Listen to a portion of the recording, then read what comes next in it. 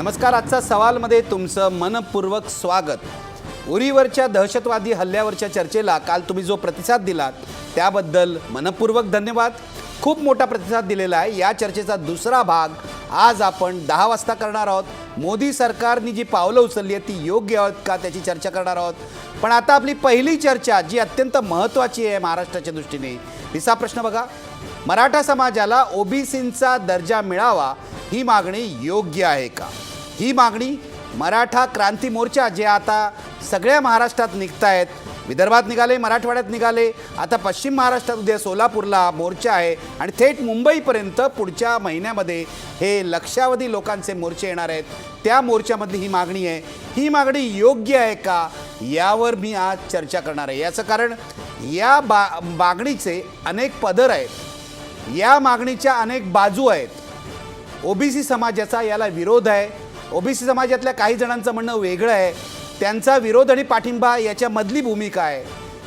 दलित समाजाची एक भूमिका आहे, मराठ्यांची एक भूमिका आहे. ते ओबीसीमध्ये आपला समावेश करावा असं का म्हणतायत हे मला समजून घ्यायचं आहे. आणि तुमच्या माहितीसाठी आणि आठवणीसाठी सांगतो, कोपर्डीमधल्या अमानुष बलात्कारानंतर आज आपला या विषयावरचा हा 6वा कार्यक्रम आहे. 6 कार्यक्रम मी आत्तापर्यंत केलेले आहेत. वेगवेगळे पैलू तपासण्याचा प्रयत्न केलेला आहे. आज हाच प्रयत्न करणार आहे. आत्ता मराठ्यांना ओबीसीचा दर्जा मिळावा का या विषयावर चर्चा तातडीने सुरू करणार आहे. 10 वाजताचा प्रश्नही तुम्हाला दाखवून ठेवतो. बघा पडद्यावर. पाकबाबत मोदी सरकारकडून दिरंगाई होती आहे का, हा 10 वाजताच्या चर्चेचा विषय आहे. आता सुरुवात करतोय मराठा समाजाला ओबीसीचा दर्जा मिळावा का या विषयातली चर्चा. माझ्यासोबत आहेत नामवंत पाहुणे. माझ्यासोबत आहेत पुण्याहून राजेंद्र कोंढरे, अखिल भारतीय मराठा महासंघाचे राष्ट्रीय सरचिटणीस आहेत राजेंद्र कोंढरे. माझ्यासोबत आहेत नाशिकहून महाराष्ट्र ओबीसी संघटनेचे अध्यक्ष प्राध्यापक श्रावण डेवरे. माझ्यासोबत माझ्या स्टुडिओमध्ये आहेत ओबीसी एनटी पार्टी ऑफ इंडियाचे अध्यक्ष संजय कोकरे. माझ्यासोबत आहेत चंद्रकांत बावकर, ओबीसी संघर्ष समन्वय समितीचे अध्यक्ष. काही वेळातच ते या स्टुडिओत पोचतील. माझ्यासोबत आहेत मराठा आरक्षणाचे अभ्यासक बाळासाहेब सराटे, स्काईपवरून औरंगाबादहून.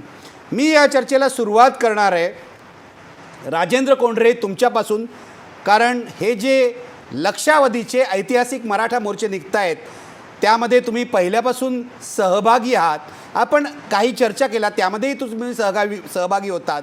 आज मराठा मोर्चाच्या इतर कोणत्याही पैलूवर मी चर्चा करणार नाही. मला थेट प्रश्न विचारायचा आहे. मराठा मोर्चातली महत्त्वाची मागणी आहे की मराठ्यांना आरक्षण द्यावं, मराठ्यांना ओबीसीचा दर्जा द्यावा अशी मागणी आहे. मी पत्रकं वाचलेली आहे, त्याच्यामध्ये ह्या 2 मागण्या आहेत. एक मागणी अशी लिहिली आहे की मराठ्यांना आरक्षण मिळावं, काही पत्रकात अशी आहे मराठ्यांना आरक्षण मिळावं पण मराठ्यांना ओबीसीचा दर्जा मिळावा. राजेंद्र कोंढरेजी, मला तुम्हाला विचारायचं आहे, तुमची नेमकी भूमिका काय आहे, नेमकी मागणी काय आहे?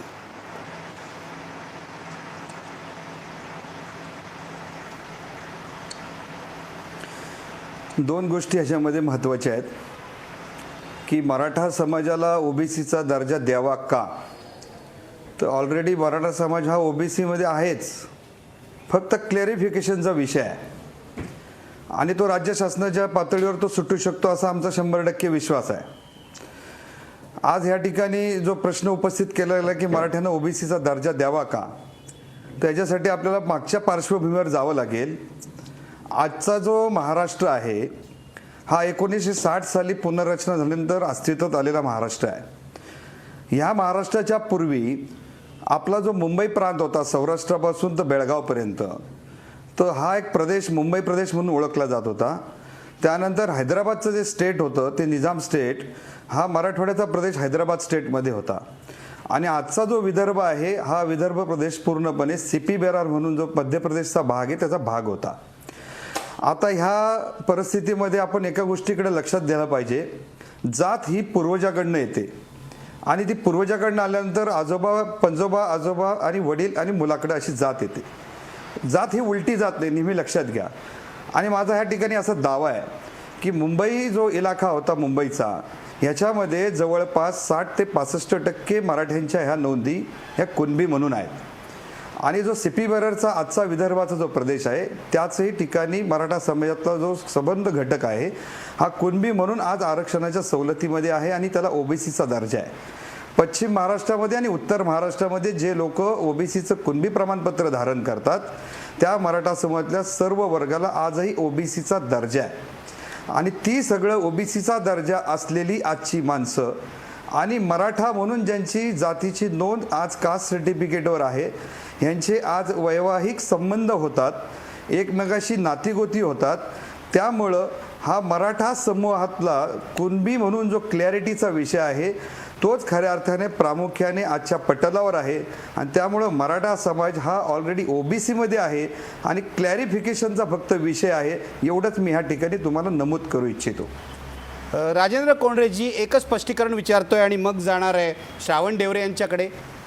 तुम्ही म्हणताय मराठा समाज हा ओबीसीचा भाग आहे, क्लॅरिफिकेशनचा विषय आहे. मला स्पष्टपणे विचारायचं आहे, मराठा समाजाला आरक्षण मिळावं ही जी मागणी आहे, मराठा समाजाला ओबीसी म्हणजे अन्य मागासवर्गीय कॅटेगरीमध्ये आरक्षण मिळावं अशी मागणी आहे का?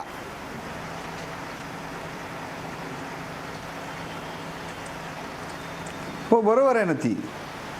कारण काय आहे की आपल्या भारतीय राज्यघटनेनुसार SC/ST हा प्रवर्ग वेगळा आहे, परंतु उर्वरित जे आत्ता महाराष्ट्रामधलं जे 32% आरक्षण आहे ह्याला कोणत्याही वर्गवारीचं नाव जरी दिलं तरी तो ओबीसी असला काय, VJNT असला काय, SBC असला काय, केंद्र सरकारच्या संपूर्ण यादीमध्ये हा ओबीसी घटक म्हणूनच तो समजला जातो. हे आपण या ठिकाणी ध्यानात घेतलं पाहिजे.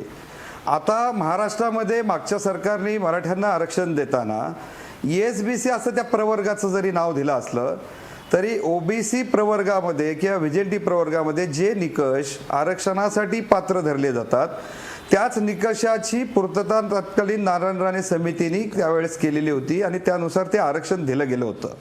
आमची जी मागणी होती की त्याच्यामध्ये मराठा समाजातला जवळपास 50 ते 60% हा कुणबी म्हणून आहे आणि मराठा ही जात म्हणून एस्टॅब्लिश झालेली नाही, नीट आपण ध्यानात घेतलं पाहिजे.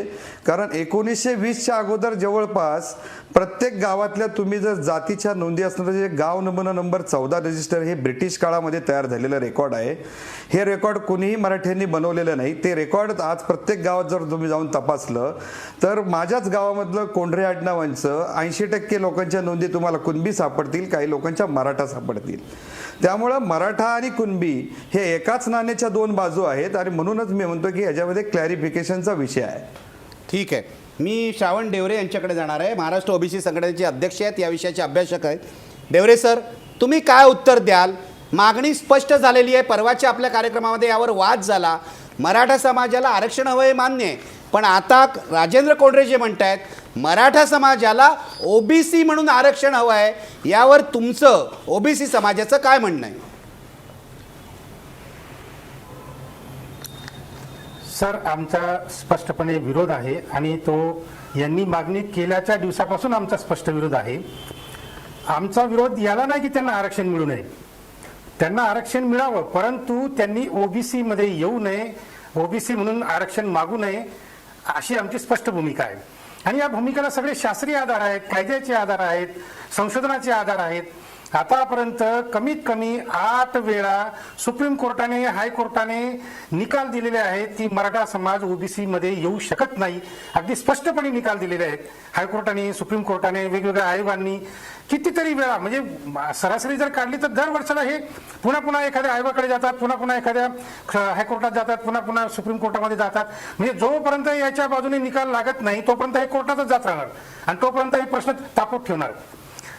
आमचं असं म्हणणं आहे की मराठा समाजाला आरक्षण पाहिजे असेल तर त्यांनी ओबीसीच्या आरक्षणमध्ये न येता त्यांना स्वतंत्रपणे आरक्षण द्यावं आणि त्याप्रमाणे पृथ्वीराज चव्हाण सरकारने त्यांना स्वतंत्रपणे आरक्षण दिलेलं होतं. ते कोर्टामध्ये टिकू शकलं नाही, तेही आम्ही सांगितलं होतं की हे टिकणार नाही. आम्ही अनेक मार्ग सांगितलेले आहेत. म्हणजे सुदर्शन नचेपन यांच्या अध्यक्षतेखाली जी एक कमिटी नेमण्यात आली 2005 साली, 2004 साली, पार्लमेंटरी कमिटी आहे ती, काय अशी छोटी मोठी कमिटी नाही आहे, पार्लमेंटरी कमिटी आहे. सगळ्या पक्षांचे खासदार, 150 खासदार जवळपास त्या कमिटीमध्ये आहेत, सगळ्या राजकीय पक्षांचे खासदार आहेत. या सगळ्यांनी अभ्यास करून एक रिपोर्ट सादर केला पार्लमेंटमध्ये, राज्यसभेतही आणि पार्लमेंटमध्ये पण, लोकसभेतही तो अहवाल आजही तिथे ठेवलेला आहे. त्याच्यामध्ये स्पष्टपणे नचेपन कमिटीच्या त्या अहवालाने स्पष्टपणे सांगितलंय की 50% आरक्षणावर जी काही बंदी घातलेली आहे, जी मर्यादा घातलेली आहे ती तोडावी. ती नष्ट करावी आणि 50% जास्त आरक्षण द्यायला मुभा द्यावी वेगवेगळ्या राज्यांना किंवा केंद्र सरकारला सुद्धा. याच्यासाठी संघर्ष करा असं आम्ही मराठा समाजाला नेहमी सांगत आलो आहोत. आणि मराठ्यांच्या आरक्षण मधले सगळे अडथळे दूर व्हावेत याच्यासाठी दिल्लीपर्यंत गेलेला एकमेव कार्यकर्ता म्हणजे प्राध्यापक श्रावण देवरे आहे. आम्ही 2013 साली छावा संघटना आणि आमची ओबीसी संघटना दोघांनी एकत्र शिष्टमंडळ केलं, दिल्लीला गेलो. सुदर्शन नचियप्पन त्यावेळेस उद्योग मंत्री होते मनमोहन सिंग सरकारमध्ये. आम्ही त्यांच्याशी नचियप्पन साहेबांशी चर्चा केली. त्यांना सांगितलं की तुमचाच रिपोर्ट आहे पार्लमेंटमध्ये 2005 पासून पडलेला आहे, तर तो चर्चेला घ्या. 50%ची मर्यादा तोडा. हे आमच्या सोबत हे मराठा छावा संघटनेचे सगळे मेंबर आले. त्यांच्यामध्ये सयाजीराव गायकवाड पण आमच्या सोबत होते. नंतर किशोर चव्हाण होते छावा संघटनेचे अध्यक्ष औरंगाबादचे. नंतर खूप जवळजवळ 15-20 कार्यकर्ते आम्ही होतो. सविस्तर चर्चा झाली. परंतु नंतर काय झालं की निवडणुका जवळ आल्या आणि मग तो विषय मागे पडला. पण त्यावेळेस जर सगळ्या मराठा समाजाच्या संघटनांनी जर आम्हाला सपोर्ट केला असता तर मनमोहन सिंगच्या सरकारमध्येच तो नचियप्पन कमिटीचा रिपोर्ट चर्चेला आला असता आणि त्याच्यावर काहीतरी झालं असतं आणि आतापर्यंत मराठा समाजाला स्वतंत्रपणे आरक्षण मिळालं असतं. ठीक आहे परंतु सर, योग्य मार्ग बरोबर आहे सर. सर काय तुम्ही मला तुमचा समजत मुद्दा नाही की मांडलेला आहे. राजकीय- देवरे सर, मी येतो तुमच्याकडे. मला पुन्हा एकदा राजेंद्र कोंढरेंकडे जायचं आहे. कोंढरे साहेब, आत्ता जे म्हणाले श्रावण देवरे सर की त्यांचा विरोध नाही तुमच्या आरक्षणाला, तुम्हाला स्वतंत्रपणे आरक्षण मिळायला ओबीसी संघटनांचा अजिबात विरोध नाही. देवरे सर बरोबर आहे ना? एकदम बरोबर. आमचा विरोध नाही त्यांना स्वतंत्र आरक्षण द्यायला. स्वतंत्र आरक्षणाला विरोध नाही, पण मराठा समाजाला सरांकडनं विचारा. ओबीसी, मी येतो तुमच्याकडे, ओबीसी म्हणून घ्यायला त्यांचा विरोध आहे. मला एक राजेंद्र कोंढरे, मला एक सांगा. मी येतो तुमच्याकडे कोंढरे सर. मला एक गोष्ट सांगा. तुम्ही जे म्हणताय की आमचा ओबीसीमध्ये समावेश झाला पाहिजे, थोडक्यात तुम्ही मगाशी सांगितलं, पण पुन्हा एकदा सांगा. अन्य मागासवर्गीय, ओबीसी म्हणजे अदर बॅकवर्ड क्लास, मराठा समाज स्वतःला मागासवर्गीय कधीपासून म्हणून घ्यायला लागला? आणि मागासवर्गीयांना जे निकष लावले जातात ते मराठा समाजाला लावावेत की नाही याविषयी वाद आहेत. त्याबद्दल तुमचं काय म्हणणं आहे?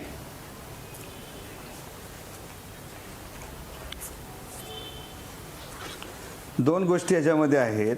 कधीपासून म्हणून घ्यायला लागला तर तुम्ही ब्रिटिश काळामधले सर्व गॅझेटियर्स आहेत. 1902चा आरक्षणाचा शाहू महाराजांचा आदेश आहे. 1909ला ब्रिटिश गव्हर्नमेंटच्या सेक्रेटरीनी अखिल भारतीय मराठा शिक्षण परिषदेने मराठा आरक्षणाच्या बाबतीत केलेल्या मागणीवर दिलेलं उत्तर की मराठा ही ऑलरेडी रिझर्वेशनमध्ये आहे. त्यानंतर ब्रिटिश गव्हर्नमेंटने जे कायदेमंडळामध्ये आरक्षण दिलं होतं याच्यामध्ये निवडणुकांच्या माध्यमातून ज्या 7 जागा रिझर्व केल्या होत्या त्याही जागांमध्ये रिझर्वेशनमध्ये मराठा समाजाचा समावेश होता. डॉक्टर बाबासाहेब आंबेडकरांनी ज्यावेळेस एका कमिशन पुढे भाषण करताना सांगितलं होतं की मराठा समाज शैक्षणिक आणि सामाजिक दृष्ट्या असल्यामुळं त्याला आरक्षणाची गरज आहे. तुम्ही ब्रिटिश काळातली सगळी सेन्सस काढा. त्यानंतर अनेक ब्रिटिश, माझ्याकडे आत्ता जवळपास 5000 डॉक्युमेंटचं माझ्या खुर्चीवर मी डाव्या हाताला ठेवलेलं आहे, कारण हा आरोप होणार मला माहिती होतं. परंतु ब्रिटिश काळात तयार झालेली डॉक्युमेंट्स ती अधिक त्याला प्रोबेटिव्ह व्हॅल्यू आहे असं सुप्रीम कोर्ट सुद्धा म्हणतं. मग त्या डॉक्युमेंटचा जर आधार घेतला तर मराठा समाज हा समाजामध्ये अनेक जातींचा त्या काळामध्ये समावेश होता. त्या काळातले लोक समूहवाचक म्हणून मराठा उल्लेख करायचे. आपल्या महाराष्ट्रातल्या प्रत्येक माणसाला परराज्यामध्ये आजही मराठा म्हणून घेतलं जातं. आपल्या राष्ट्रगीतामध्ये आजही मराठा हा प्रादेशिक वाचक आणि अभिमानवाचक म्हणून शब्द आहे. आणि त्यामुळं मराठा ही जात आहे का समूह आहे याच्यावर पहिलं संशोधन होणं गरजेचं आहे. परंतु ह्या संशोधनाबरोबर आम्ही जे सादर केलेले पुरावे आहेत, आजही पश्चिम महाराष्ट्रातली, उत्तर महाराष्ट्रातली आणि विदर्भातली जी सर्व मंडळी आहेत त्यांना ओबीसी मधल्या आरक्षणाचा लाभ होतो. फक्त ज्यांच्या नोंदी सापडत नाहीत परंतु नातेसंबंध आहे, मग ते नेमके कोणत्या जातीचे हे एक शोधण्याचा भाग आहे. आणि विशेषतः हा मराठवाड्याचा गंभीर प्रश्न एका बाजूने आपण समजून घेतला पाहिजे की मराठवाडा हा संबंध निजाम स्टेटमध्ये असल्यामुळं त्या काळात जाती लिहिण्याच्या पद्धती त्या त्या सरकारच्या वेगळ्या होत्या आणि त्यामुळं ब्रिटिश काळातल्या डॉक्युमेंट्समध्ये निजाम स्टेटमध्ये मरहट्टा मराठा कुणबी अशा नोंदी तुम्हाला मराठवाड्यामध्ये दिसतील आणि त्यामुळं खऱ्या अर्थाने हा प्रश्न मराठवाड्याचा जास्त गंभीर झाला आहे आणि सर्वात जास्त जे मागासले पण मराठा समाजात आहे ते खऱ्या अर्थाने मराठवाड्यामध्ये आहे. परंतु ही सर्व मंडळी ज्यावेळेस असा प्रश्न निर्माण होतो आपल्या घरात येऊ नये म्हणून आम्हाला मराठे प्रगतिशील आहे असं दाखवण्याचा प्रयत्न करतात. परंतु ही जी नचिपन कमिटीची अंमलबजावणी केल्यानंतर जर मराठा समाजाला त्याच्यात आरक्षण मिळणार असेल तर तो ओबीसी स्टेटस मिळाल्याशिवाय मिळणार नाही. त्यामुळे ओबीसी स्टेटस मिळालं आणि दुसऱ्या घरात राहणार असेल तर त्यांचा पाठिंबा आहे, पण आमच्या घरामध्ये येणार असेल तर आमचा विरोध आहे. अशी दुटप्पी भूमिका योग्य नाही. त्यांनी पहिलं मराठा समाजाचं सोशल आणि एज्युकेशनल जे स्टेटस आहे त्याचा एक सर्वे तो खऱ्या अर्थाने पहिला मान्य करायला पाहिजे. ठीक आहे. डेवरे सर, आत्ता कोंढरे म्हणतायत की तुमची भूमिका दुटप्पी आहे. मराठा समाज त्यातला मोठा भाग, काही मोजके मराठा हे गडीवरचे मराठी असतील, पण मुख्य मराठा वाडीवरचा आणि रस्त्यावरचा मराठा आहे असं ते सुचवत आहेत.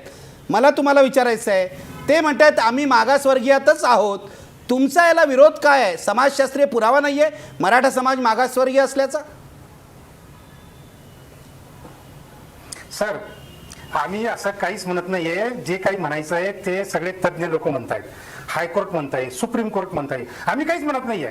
जो काही मुद्दा आहे, जे काही संशोधनाचा भाग आहे, हे बघा माझ्याकडे सर माझ्याकडे मुंबई उच्च न्यायालयाचा निर्णय 1928, म्हणजे हे ब्रिटिश काळातलं पण सांगतात. तर ब्रिटिश काळामध्ये मुंबई उच्च न्यायालयाचा निर्णय आहे आणि स्पष्ट शब्द वापरलेले आहेत. 96 कुळी मराठा हे क्षत्रिय आहेत, ओबीसी नाही, इतर मागासवर्गीय नाही. आणि हे पुढारलेले आहेत, स्पष्ट शब्द आहे, क्षत्रिय शब्द वापरला आहे सर. हे कोणी म्हटलंय? हे काही आम्ही म्हणत नाहीये. कोणी म्हटलंय सर? पहिला निकाल 1928. हे कोणी म्हटलंय? हे बघा, मुंबई उच्च न्यायालय, माझ्याकडे मुंबई उच्च न्यायालयाचा निर्णय सर, निर्णय माझ्याकडे निर्णय आहे. किती सालचा निर्णय आहे? आणि 1928चा आहे तो. 1928 सालचा निर्णय. जरा त्याचा अर्थ सांगा, मराठीमध्ये सांगा समजावून, काय म्हटलंय?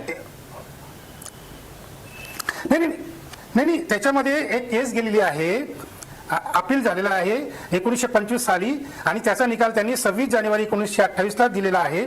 आणि त्यांनी स्पष्ट सांगितलंय की तुम्ही क्षत्रिय आहे, त्यामुळे तुम्हाला कुठल्याही प्रकारचं हे देता येणार नाही. आता असा निकाल आहे तो. आता खूप मोठा निकाल आहे सर, सगळं मला सांगता येणार. ठीक आहे. म्हणजे मराठा समाज हा ओबीसी नाही, मराठा समाज हा मागासवर्गीय नाही असं हायकोर्टचा निकाल म्हणतोय. एक मिनिट येतो, मध्ये बोलू नका, आपण जर शिस्तीने करू शकतो. हा, कोंढरेंकडे जातो. एक मिनिट कोंढरे सर, यावर तुमचं काय म्हणणं आहे? कोंढरे, तुमचं काय म्हणणं आहे? जर 1928चा जर तो निकाल असेल तर ब्रिटिश गव्हर्नमेंटनी 1941, 42, 43च्या दरम्यान जी इंटरमिजिएट म्हणून ओबीसी प्रवर्गाची जी यादी जाहीर केलेली आहे त्याच्यामध्ये मराठा आणि कुणबी ह्या दोघांची नोंद आहे. आणि त्या ज्या यादीमध्ये ज्या जाती त्या काळामध्ये 1943 मध्ये ब्रिटिश गव्हर्नमेंटनी त्याच्यामध्ये इन्सर्ट केलेल्या होत्या, त्याच यादी त्याच जाती आज ओबीसी मध्ये आहेत, फक्त त्याच्यामधलं मराठा वगळला गेलेला आहे. मग 1928ला जर तसा निकाल असेल तर त्याच्यानंतरच्या तत्कालीन जे वेळोवेळी गॅजेटियर्स निघाले, नंतर आरक्षणाच्या बाबतीमधले ज्या याद्या प्रसिद्ध झाल्या त्याच्यामध्ये मराठा होताच आणि इतर राज्यामध्ये पण आहेच. हा फक्त नोंदीचा घोळ झालेला आहे. आणि 1967 झाली ज्यावेळेस यादी प्रसिद्ध झाली त्याच कुणबी म्हणून त्याच्यामध्ये इन्सर्शन झालेलं होतं. आणि त्या काळातल्या इन्सर्शनमध्ये त्या काळामध्ये जी असलेली सामाजिक परिस्थितीमध्ये मराठा हा ऑलरेडी कुणबी आहे. कुणबी म्हणजे शेती करणारा माणूस ज्याच्या हातामध्ये रुमणं. महात्मा फुलेंनी याच्यामध्ये एक चांगली व्याख्या केलेली आहे की शेती आणि नांगर याचं अतूट नातं आहे आणि या अतूट नात्यामध्ये शेतकऱ्याच्या हातामध्ये जे रुंबा असतं त्याला कुणबावा म्हणतात, कुणबा. आणि कुणबा म्हणजे जो शेती करतो तो कुणबी. अशा प्रकारची व्याख्या महात्मा फुलेंनी केलेली आहे. याला समाजशास्त्रीय अनेक आधार आहेत आणि म्हणून मराठा समाजातला अनेक टक्के वर्ग आज कुणबी म्हणून शेती म्हणून जो करतो त्याच्याकडे आज कुणबीचं प्रमाणपत्र उपलब्ध आहे. मग ते नेमकं कुठं नेऊन टाकायचे हे एकदा करून तरी मार्गदर्शन करावं. ठीक आहे. आणि ह्याच्यामध्ये फक्त एक भीती आहे, ती देवरे सरांची खरी आहे की त्यांना असं वाटतं की 32% पॉप्युलेशन हे जर ओबीसी मध्ये आल्यानंतर त्यांच्या जागा खाल्ल्या जातील. ही भूमिका थोडीशी रास्त वाटते, भीती वाटते. परंतु त्या भीतीपोटी आमचं तुम्ही जे काही मागणं योग्य आहे ते नाकारू नका, एवढी आमची विनंती आहे. कोंढरेजी, मी येतो त्याकडे. त्या मुद्द्याकडे येतो. ती भीती आहे 100% ओबीसी समाजामध्ये, म्हणूनच ओबीसी समाजाचा विरोध आहे. पण हा जो तुम्ही कुणब्यांचा मुद्दा, मी येतो सर तुमच्याकडे, देवरे सर, 1 बाय 1 घेऊया. हा जो कुणब्यांचा मुद्दा आत्ता मांडलात, मला चंद्रकांत बावकर आपल्या स्टुडिओमध्ये आहेत, ओबीसी संघर्ष समन्वय समितीचे अध्यक्ष आहेत. कुणब्यांच्या मुद्द्याला ते उत्तर देऊ शकतील. चंद्रकांत बावकरजी, ते म्हणतायत कुणबा जो आहे त्यांचं ऐतिहासिक, फुलेंनी काय लिहिलं ते सांगितलं. मला जे महाराष्ट्रातल्या समाजाचं ज्ञान आहे त्याच्यामध्ये अनेक वर्ष हा संघर्ष चालला होता. कुणबीमध्ये मराठा आहे का, मराठा म्हणजे कुणबी आहे का, आणि एक दिवस कुणब्यांना ओबीसीमध्ये रिझर्वेशन मिळालं. त्यानंतर मराठ्यांना असं वाटलं कुणब्यांना मिळतं तर आपल्याला का नाही. कुणबी म्हणजे मराठा आहे का, मराठा म्हणजे कुणबी आहे का? कोंढरे सर जे आता सांगतायत तो इतिहास आहे आणि आम्ही जे म्हणतो आहोत तो वर्तमान आहे.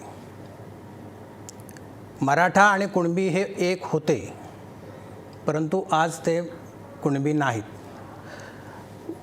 1891 पासून 1931ची जी जनगणना आहे याच्यामध्ये मराठा आणि कुणबी यांची स्वतंत्र नोंद आहे. कोंढरे सर म्हणाले त्याप्रमाणे 1942ची इंटरमिजिएट क्लासची जी लिस्ट आहे त्याच्यामध्ये मराठा आणि कुणबी याची स्वतंत्र नोंद आहे. त्यापैकी रत्नागिरी जिल्ह्यातले जे कुणबी होते त्यांना 1940ला स्वतंत्रपणे आरक्षण देण्यात आलं, शैक्षणिक आरक्षण, आणि 1941मध्ये नोकऱ्यांमध्ये आरक्षण देण्यात आलं. आणि त्यावेळेला स्पष्ट केलेलं आहे कमिटीचं, त्यावेळच्या कमिटीनं, की मराठ्यांना आरक्षण देता येत नाही, हे त्यावेळेला स्पष्ट केलेलं आहे. दुसरी गोष्ट, जगन्नाथ होले वर्सेस महाराष्ट्र सरकार ही जी केस आहे 2003ची, 17 ऑक्टोबर 2003ला त्याचा निर्णय आला आणि त्याच्यामध्ये त्यांनी म्हटलेलं आहे की मराठा आणि कुणबी एक नाहीत. मराठा आणि कुणबी एक नाहीत. दुसरा एक निर्णय आहे राष्ट्रीय मागासवर्ग आयोग, खत्री आयोग होता त्यावेळेला. खत्री आयोगाची हिअरिंग 1999ला मुंबईमध्ये मंत्रालयामध्ये झाली. मी स्वतः त्या ठिकाणी उपस्थित होतो. सर्वात महत्त्वाचा मुद्दा त्यामध्ये त्या ठिकाणी येतो, आम्ही विरोध करण्यासाठी गेलेलो होतो.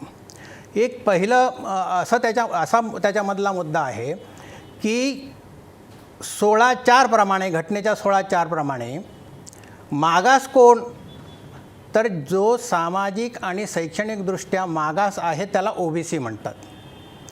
आणि 2003च्या राष्ट्रीय मागासवर्ग आयोगानं ज्या वेळेला 2004मध्ये मराठा कुणबी आणि कुणबी मराठा यांना आरक्षण हे म्हणजे कुणब्यांबरोबर देण्यात आलं, त्यावेळेला म्हटलं आहे त्यांनी की सरसकट सर्व मराठ्यांना कुणबी म्हणून आरक्षण देता येणार नाही, अशा प्रकारे अगदी स्पष्टपणे म्हटलेलं आहे.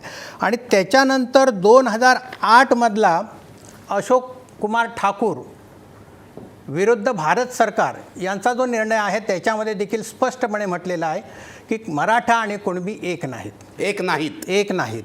आणि याच्यामध्ये दुसरा एक आमचा महत्त्वाचा मुद्दा आहे की मराठा समाज हा सामाजिकदृष्ट्या मागास ठरत नाही असं आमचं मत आहे. त्याचं कारण असं की गावगाड्यामध्ये या जातीला इतर जाती हलक्या समजत नाहीत. त्याशिवाय यांच्यावर कुठल्याही प्रकारचा इतर समाजाचा सामाजिकदृष्ट्या अन्याय झालेला नाही आणि त्याच्यामुळे त्यांना उच्च जातीपासून संरक्षण मिळायला पाहिजे अशा प्रकारची स्थिती नाही. ती कुणब्यांच्या बाबतीमध्ये वेगळी आहे. असं म्हणणं मराठा समाज हा सामाजिकदृष्ट्या मागास नाही, जसे कुणबी होते आणि म्हणून कुणब्यांना आरक्षण मिळालं तसं आरक्षण मराठा समाजाला देण्याची काही गरज नाही, अशी तुमची ओबीसी संघर्ष समिती म्हणून ही भूमिका आहे तुमची. तुम्ही सविस्तर सांगितलेलं आहे. मी औरंगाबादला जाणार आहे. मराठा आरक्षणाचे अभ्यासक आणि या मोर्चाचे एक समर्थक बाळासाहेब सराटे आपल्यासोबत आहेत. बाळासाहेब सराटे स्पष्टपणे सांगितलेलं आहे चंद्रकांत बावकर यांनी, मराठा कुणबी का नाहीत, काय म्हणणं आहे तुमचं? सर, याच्यामध्ये आत्ता आपण हे लक्षात घेतलं पाहिजे की मराठा समाज ओबीसी आहे की नाही हे ठरवण्याचा अधिकार कोणाचा? जे ऑलरेडी 48 वर्षापासून आरक्षण घेत आहेत त्यांनी हे ठरवायचं नाही की मराठा समाज ओबीसीत येऊ शकतो की नाही. आपल्या देशाने एक रचना निर्माण केलेली आहे, घटनात्मक प्रक्रिया निर्माण केलेली आहे आणि त्या घटनात्मक प्रक्रियेचा अवलंब केलेला आहे की नाही आणि त्यातून काय आपल्या समोर येतं हे आपण सगळ्यांनी लक्षात घेतलं पाहिजे. आता आपण एक गृहीत धरलं की क्षत्रिय असला की त्याला ओबीसी जाता येत नाही, परंतु उत्तर प्रदेशमध्ये यादव आणि अखिल भारतीय क्षेत्रीय कुणबी समाज आणि बिहार मधले कुर्मी, उत्तर प्रदेशातले जाट, 7 राज्यांमधले जाट हे सगळे क्षेत्रीय आहेत. माळी समाजाच्या आता ज्या पोटजाती आहेत त्यामध्ये सुद्धा क्षेत्रीय आहेत. महात्मा फुले हे सुद्धा क्षेत्रीय माळी जातीचेच होते आणि आता अनेक राज्यामध्ये क्षेत्रीय जमाती ओबीसी मध्ये आहेत. मध्य प्रदेशचे शिवराज सिंग चौहान हे सुद्धा क्षेत्रीय आहेत. ऐतिहासिक काळातले दाखले देणं उपयोगाचं नाही. ठीक आहे बाळासाहेब सराडे, तुमचा आवाज स्काईपवर तुम्ही असल्यामुळे सलग तुम्हाला जास्त वेळ बोलता येणार नाही. आपण थोड्या वेळाने तुमच्याकडे येऊ. स्काईपच्या या मर्यादा आहेत. पण मला पुन्हा एकदा श्रावण देवरेंकडे यायचं आहे. देवरे सर, काय हा सगळा खटाटोप चाललाय बघा. मराठा समाजामध्ये गरीब वर्ग मोठ्या प्रमाणावर, यामध्ये शंका नाही, त्यांचे काही प्रश्न आहेत याविषयी शंका नाही, पण त्यांना ओबीसी आहोत हे सिद्ध करायचं आहे. आणि आत्ता बावकर म्हणाले की ते कुणबी असू शकत नाही. आपण महाराष्ट्रातली जनता सुद्धा मराठ्यांना आजपर्यंत कुणबी कधी मानत नव्हतो, पण आता मराठ्यांचा आग्रह आहे की आम्ही कुणबी आहोत, आम्ही मागासवर्गीय आहोत. मराठा समाज ही राज्यकर्ती जमात आहे, ही आक्रमक जमात आहे, म्हणून ती मागासवर्गीय नाही असा आपला समज होता. काय म्हणाल तुम्ही यावर? सर, तुम्ही कार्यक्रमाच्या सुरुवातीला एक प्रश्न विचारला, अगदी मार्मिक प्रश्न होता तो. तुम्ही प्रश्न असा विचारला की मराठा समाजाला असं केव्हापासून वाटायला लागलं की आपण ओबीसी आहोत. हा अत्यंत वास्तव प्रश्न आहे सर. मी तुम्हाला सांगतो की हे बघा, जेव्हा ओबीसीला कालेलकर आयोग आला तेव्हा यांना जाग आली नाही, कारण कालेलकर आयोगाच्या लिस्टमध्ये मराठा समाजाचं नाव कुठेच नाही. नंतर मंडल आयोग आला, मंडल आयोगाच्या लिस्टमध्ये कुठेही मराठा जातीचं नाव नाही. यांना काही वाटत नव्हतं. सुरुवातीला विरोध केला, मंडल आयोगाच्या विरोधात बोलले, पण आम्हाला ओबीसी करा अशी तोपर्यंत मागणी नव्हती. 1993-94 साली जेव्हा राजीव गांधी सरकारने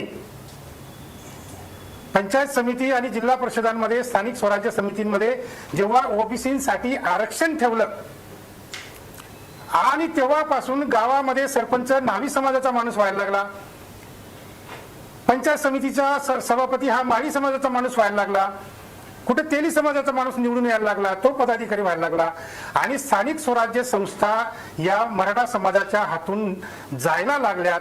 त्या महत्वाची जी पदं होती ती त्यांच्या हातून जायला लागलीत आणि सत्ता जेव्हा आपल्या हातातून जायला लागली तेव्हा मग यांना जाग आली की आता आपण ओबीसी झालं पाहिजे, म्हणजे जेणेकरून सरपंच पद आपल्याकडे ठेवता येईल, जिल्हा परिषद आपल्याकडे ठेवता येईल. कारण कसं आहे की संपूर्ण राज्याचे राजकारण जे आहे ते ग्रामपंचायतीपासून सुरू होतं. तुमच्या गावाकडे जर गावात जर तुमच्याकडे असेल तर तो आमदार निवडून देतो, आमदार निवडून आला तर हा ऐकून घ्या सर पूर्ण करा तुम्ही, मग मी त्यांच्याकडे जातो. 1993-94 नंतर वाटायला मी पूर्ण करतो जी. त्यांना तेव्हा ओबीसी व्हायची त्यांना इच्छा झाली की आपल्या हातातून सत्ता झाली. दुसरा महत्वाचा मुद्दा सर, हे अत्यंत चुकीचे संदर्भ देत आहेत, धडधडीत चुकीचे, धडधडीत खोटे.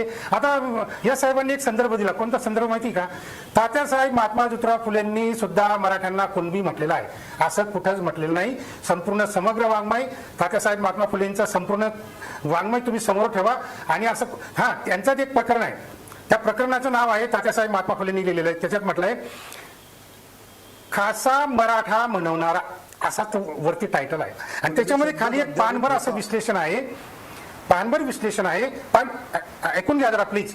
पानभर विश्लेषण आहे, त्याच्यामध्ये तात्यासाहेब महात्मा फुलेंनी सांगितलंय की जो महाराष्ट्रात राहतो तो मराठा, असं स्पष्टपणे तात्यासाहेब महात्मा फुलेंनी सांगितलेलं आहे. आणि पेशवाईच्या पतनापर्यंत, म्हणजे जोपर्यंत पेशवाई होती तोपर्यंत पेशव्यांना सुद्धा मी येतो तुमच्याकडे राजेंद्र कोंडरे. मराठ्यांनी ऐकून थोडंसं पूर्ण करून घेतलं, पूर्ण करा थोडक्यात. मराठ्यांनी अक्केपार झेंडा लावला, म्हणजे मराठ्यांनी अक्केपार झेंडा लावला म्हणजे कोणी लावला? औरंगाबादांनी लावला, ते तर पेशवे होते, ते कसं काय मराठा झाले? मग तर पेशव्याच्या पतनापर्यंत सगळ्या महाराष्ट्रातल्या प्रत्येक माणसाला मराठा म्हटलं जायचं. परंतु जसं पेशवाईचं पतन झालं आणि ब्रिटिशांचं सरकार आलं आणि नंतर मग काही राजकीय स्वातंत्र्याचे हक्क मिळायला लागले, निवडणुका वगैरे वगैरे सगळं जेव्हा व्हायला लागलं, तेव्हा मग हा जो एक वरचा समाज होता, तबका होता, जो जमीनदार होता, श्रीमंत होता, यांना गरज भासायला लागली की आपण आता या सगळ्यांपासून वेगळं झालं पाहिजे. आणि मग तेव्हापासून ठीक हे आहे. मराठा म्हणून स्वतःला जात ठीक म्हणून आहे. लावायला लागलेत, लिहायला लागलेत आणि तेव्हापासून हे मराठा झाले. ठीक आहे, तुमचा मुद्दा पूर्ण झाला. एक मिनिट तुमचा मुद्दा पूर्ण झालाय. राजेंद्र कोंढरे यांना उत्तर द्या. हो हो हो.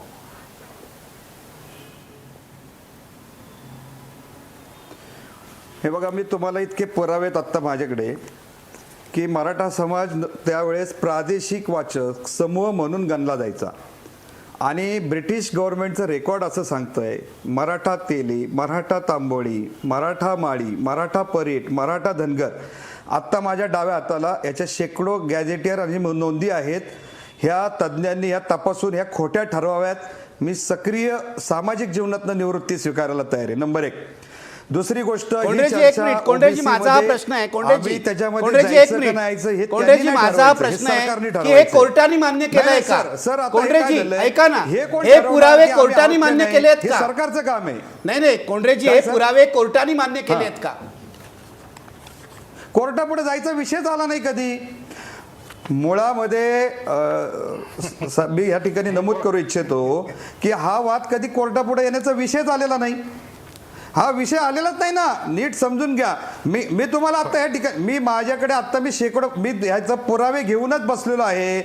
तुम्ही आता साहेब तुमच्या स्टुडिओमधनं कोणत्याही प्रांत अधिकाऱ्याला फोन लावा, कोणत्याही जात पडताळणीच्या अधिकाऱ्याला फोन लावा. मराठा समाजातला माणूस ज्या वेळेस तिथं कुणबी प्रमाणपत्र मागतो त्याचे महसुली पुरावे बघून ते जर नोंदी परफेक्ट असतील तर त्याला ते प्रमाणपत्र दिलं जातं. आणि हे आमच्याच जातीबाबत नाही तर अनेक जाती बाबतीत दिलं जातं. मग त्या बाबतीमध्ये आक्षेप असण्याचं कारण काय? सरकारी अधिकारी तर खोटे नाहीत. जात पडताळणी समित्या खोट्या नाहीत, ते देत आहेत ना आज शेकडोच्या संख्येने देत आहेत. ऐका तुम्ही तुम्ही जे म्हणताय, ऐका, त्यावर चंद्रकांत बावकर काहीतरी सांगतायत. चंद्रकांत बावकर ते म्हणतायत ते खरं आहे का? नाही, मगाशी सैराटे म्हणाले त्याप्रमाणे की आम्ही ते मागास आहेत किंवा नाही हे आम्ही ठरवणारे नाहीत. मी जे मगाचे संदर्भ दिले, कोर्टाचे निर्णय त्यांच्यासमोर हे कोर्टाने ठरवायचं आहे, मान्य आहे कोर्टाने तुम्हाला? ठरवलेलं आहे. आणि 16(4) प्रमाणे ते सामाजिकदृष्ट्या, शैक्षणिकदृष्ट्या मागास असू शकतात, आर्थिकदृष्ट्या मागास असू शकतात, पण सामाजिकदृष्ट्या ते मागास असू शकत नाही, कारण इतर कुठल्याही जातीचा त्यांच्यावर अन्याय झालेला नाही, ही पहिली गोष्ट. आणि ते जे रेफरन्सेस देत आहेत, कोंढरे सर देत आहेत, तर त्याच्यामध्ये एक लक्षात घेतलं पाहिजे की 1911ची जी जनगणना झाली त्या जनगणनेमध्ये कुणबी आणि मराठा हे स्वतंत्रपणे नोंद केलेले आहे. त्याच्यामध्ये स्पष्ट म्हटलेलं आहे 25 लाख मराठा असतील तर 16 लाख कुणबी आहेत. आणि माझं म्हणणं, मी मगाशी म्हटलं त्याप्रमाणे, तुम्ही सांगताय तो इतिहास सांगताय, मी म्हणतोय की आत्ता कुठली परिस्थिती आहे ती महत्त्वाची आहे. मराठा समाज हा शिपाईगिरी करणारा, मुलुकगिरी करणारा, जमीनदार. आणि उत्तर देऊ साहेब, एक मिनिट त्यांना पूर्ण करू दे, मग उत्तर द्या. उत्तर पूर्ण करू दे कोंढरे, पूर्ण करू दे त्यांना, पूर्ण करा. आणि अशा प्रकारे त्यांची जी आर्थिक स्थिती बदलल्यानंतर सामाजिकदृष्ट्या त्यांच्यामध्ये आणि आमच्यामध्ये जो फरक होत गेला, हा कुणबी जो आहे तो शेतमजुरी आहे, शेतकरी आहे, कमी जमीन ज्याच्याकडे आहे अशा प्रकारचा आहे आणि निव्वळ तो शेती करत राहिला म्हणून तो कुणबीच राहिला. आणि मराठा समाज जो आज बनवला जातो ते मिलिटरीमध्ये गेलेले आहेत, पोलिसांमध्ये आत्ता गेलेले आहेत, त्याच्यापूर्वी राजे रजवाड्यांच्या वेळेला त्यांच्या. ठीक आहे, तुमचं असं म्हणणं सामाजिक दृष्ट्या ते वरच्या स्थानावर. कोंढरेजी आता उत्तर द्या मला. फक्त कोंढरे आणि बावकर हे दोघंच स्क्रीनवर हवेत.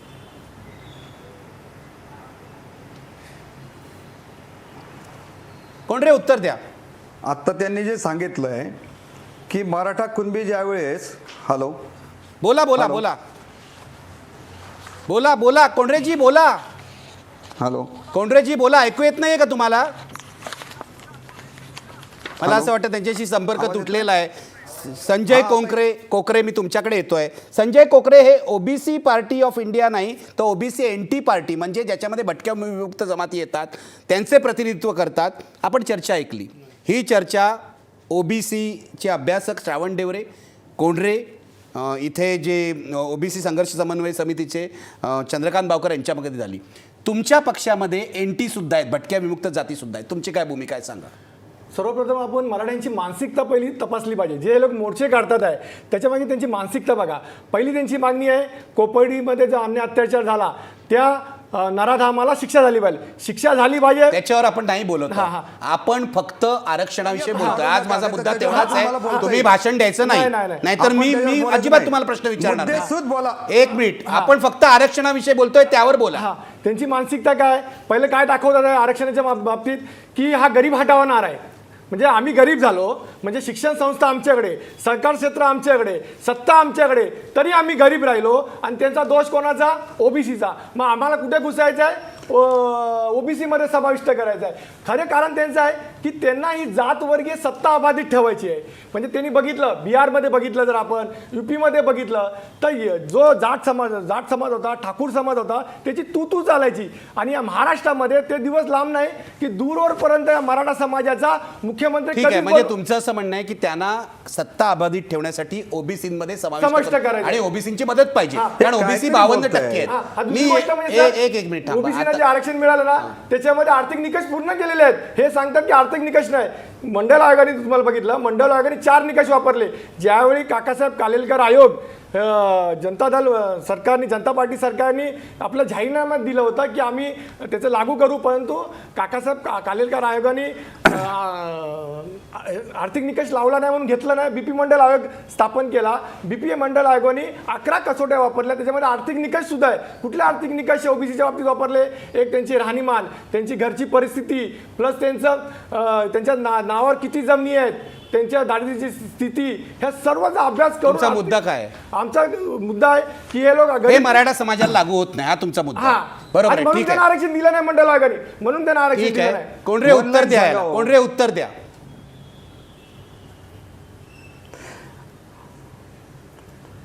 हे ना कोकरे साहेब ज्या वेळेस चॅनलवर येतात ना बेसलेस चर्चा करतात. टू द पॉइंट ते कधीच चर्चा करत नाही. आता मला बोलू द्या कोकरे साहेब, मला बोला. सगळ्यात महत्त्वाचं आहे मंडल आयोगाचा जो सर्वे झाला, तो सर्वे मंडल आयोगाचा ज्यावेळेस राज्यामध्ये आणि देशात सर्वे झाला, 3800च्या आसपास जाती शोधल्या, त्यावेळेची सायंटिफिक टूल्स, तिथल्या रचना, ह्याच्यामध्ये तेवढा सर्वे झाला नाही. नारायण राणे समिती ज्यावेळेस स्थापन झाली त्यांनी 18 लाख कुटुंबांचा सर्वे केला आणि त्याच्यामध्ये सामाजिक शैक्षणिक ही तपासणी केली. हे कोकरे साहेब एक गोष्ट निश्चितपणे लपवतात. सुप्रीम कोर्टच्या गाईडलाईन प्रमाणे आपण निखिलजी ही गोष्ट ध्यानात घेतली पाहिजे की ओबीसी प्रवर्गामधल्या जेवढ्या जाती आहेत त्याचं दर 10 वर्षांनी सर्वेक्षण करणं आवश्यक आहे. आणि त्या सर्वेक्षणामध्ये एखादी जात अधिक मागास असेल तर त्याला त्याच्यामध्ये ठेवायचं, आणि ती जर प्रगत झालेली असेल तर ती जात त्याच्यातनं काढायचा, असा सरळ निर्णय न्यायालयाने दिलेला आहे. आपल्या फायद्याचं तेवढं लपवायचं आणि जेवढं दुसऱ्याकडे बोट दाखवायचं हे धंदे आता त्यांनी बंद करावेत. आमचा लढा आता शासनाशी, आम्ही तुमच्या विरुद्ध मोर्चा काढलेला नाही. आम्ही शासनाकडे मागणी केलेली आहे, आम्ही तुम्हाला पत्रव्यवहार केलेला आहे, निवेदन दिलेलं आहे. शासनाने त्याच्यावर निर्णय जाहीर करावा.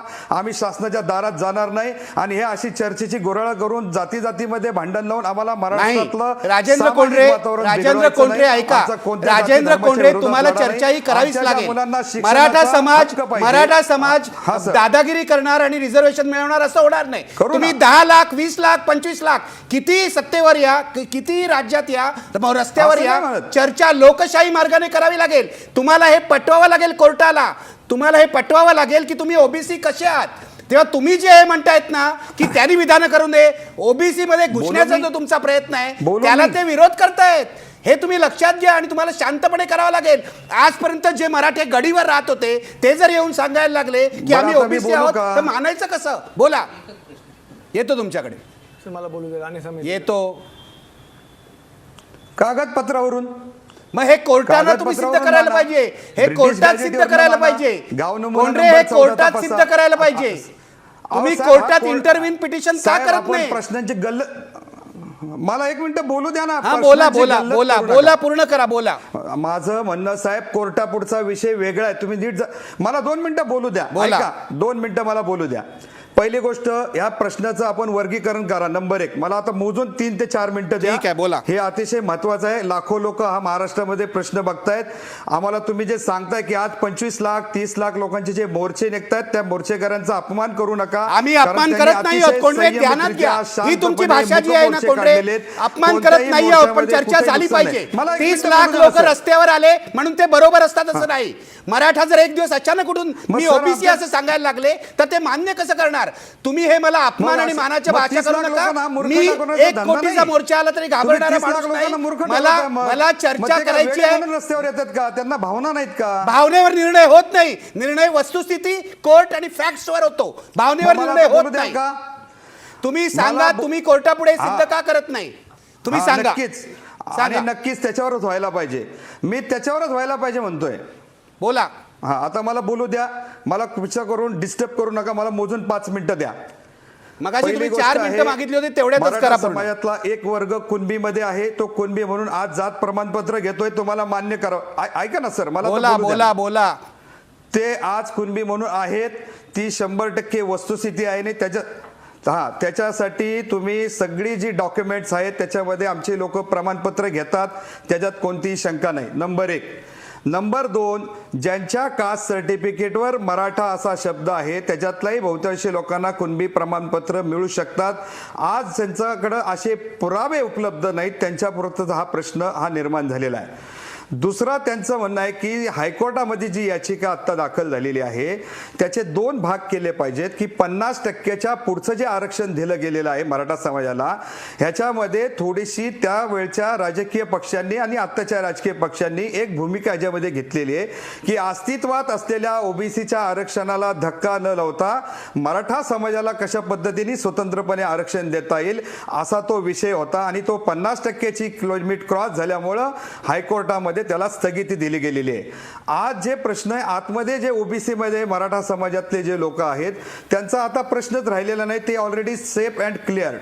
आता राहिलेला प्रश्न आहे की 16% जे आरक्षण दिलेलं आहे त्याच्यामध्ये जे शासनाने टूल वापरलेला आहे की एखाद्या समूहाला सामाजिक शैक्षणिक दृष्ट्या आणि आर्थिक दृष्ट्या त्याचे मागासवर्गीयाचे जे मापदंड आहेत ते मापदंड तपासण्याचं एक शास्त्रोक्त टूल हे आज शासनाकडून आयोगाकडं प्रॉपरली उपलब्ध नाही. हे पहिले ध्यानात घेतलं पाहिजे. आणि मराठा समाजाची बाजू मांडताना ज्यावेळेस 3.5 कोटी मराठा समाज हा महाराष्ट्रामध्ये आहे त्यावेळेस बापट आयोगाने फक्त 258 कुटुंबांचा सर्वे केला आणि 258 कुटुंबांचा सर्वे करून भावनिक मुद्द्यावर आपली मतं व्यक्त केली आणि त्या रिपोर्टचा अन्याय आम्ही सहन करायचा. आमच्या मुलांना जर प्रॉपरली ॲडमिशन मिळत नाही, त्याची शैक्षणिक फीची अडचण होते आणि अशा प्रकारे जर त्याच्या भावनेमध्ये ती लोक जर 25 लाखाचे मोर्चे काढतायत, वेदना होतात म्हणूनच काढतात ना, असे वेळ लागलं कोणी बोलवले म्हणून मोर्चाला येत नाहीत. त्यामुळं आमच्या मागणीकडे राजकीय दृष्ट्या न बघता याचा सामाजिक आणि शैक्षणिक आर्थिक दृष्टिकोनातून एक सामंजस्याने विचार करणं आवश्यक आहे. ओबीसीतला सगळा समूह हा महाराष्ट्रामध्ये मराठा समाजाबरोबर राहिलेला आहे आणि त्यांना आम्ही विश्वास देऊ इच्छितो की तुमच्यावर कोणत्याही प्रकारचा आम्ही अन्याय करणार नाही. परंतु आमचे जे न्याय हक्क आहेत त्याच्या आड तुम्ही कृपा करून येऊ नका. आमच्यातला सामान्यातला जो सामान्य माणूस आहे त्याला त्याचे हक्क, शिक्षण हे सगळं मिळालं पाहिजे. याच्यासाठी या संघर्षामध्ये तुम्ही आमच्याबरोबर उतरा आणि आपण दोघं मिळून हा प्रश्न सोडवू शकतो. मगाशी देवरे सरांनी जो नच्छीपण कमिटीचा रिपोर्ट सांगितला त्यांचं मी या ठिकाणी स्वागत करेल. आमची लोक त्यांच्याबरोबर होती. तो प्रश्न सुटला तर निश्चितपणे ह्याच्यातनं कोंडी फुटू शकते. परंतु मराठा समाजाच्या न्याय हक्कासाठी उतरलेला जो समाज आहे याच्यामध्ये सरकारला आता निर्णय घेण्याच्या दृष्टिकोनातून योग्य वेळ आलेली आहे आणि सरकारने ती घ्यावी. आणि कुणी सांगावं की यांना घेऊ नये याच्यावर तो निर्णय होत नाही.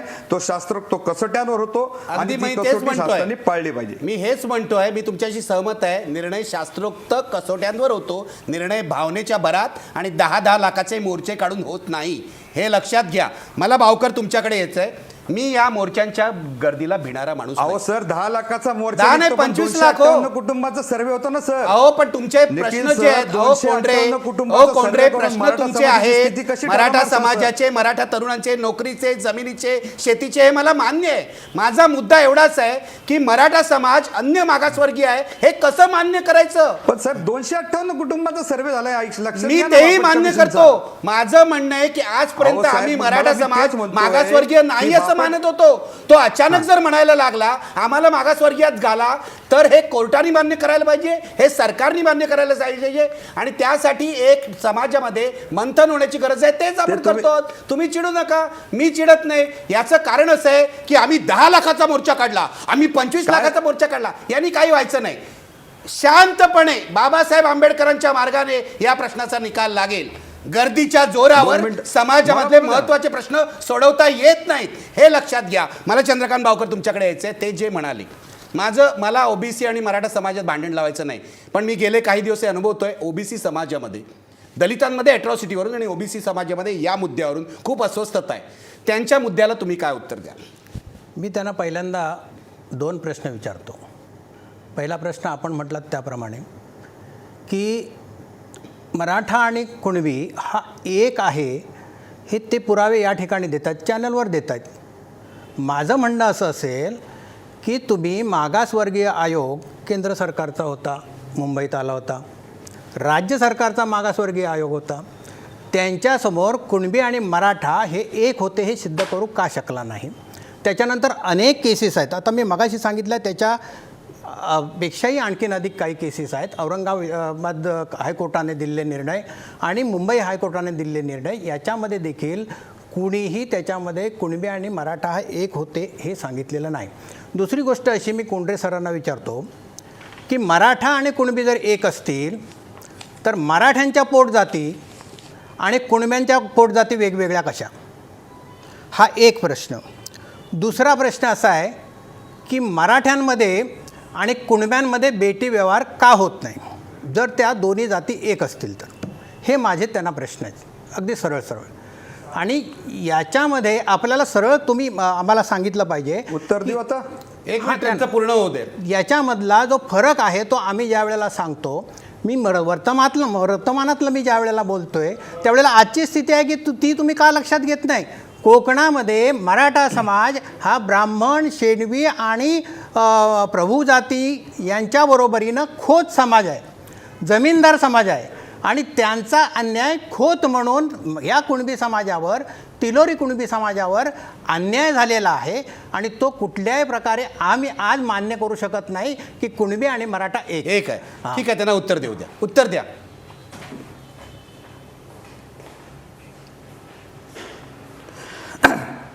आता मगाशी मी पहिल्यांदा जो मुद्दा उपस्थित केला होता की मुंबई स्टेटचा, कोकणामधला, ऐका सर, आता मला बोलू द्या.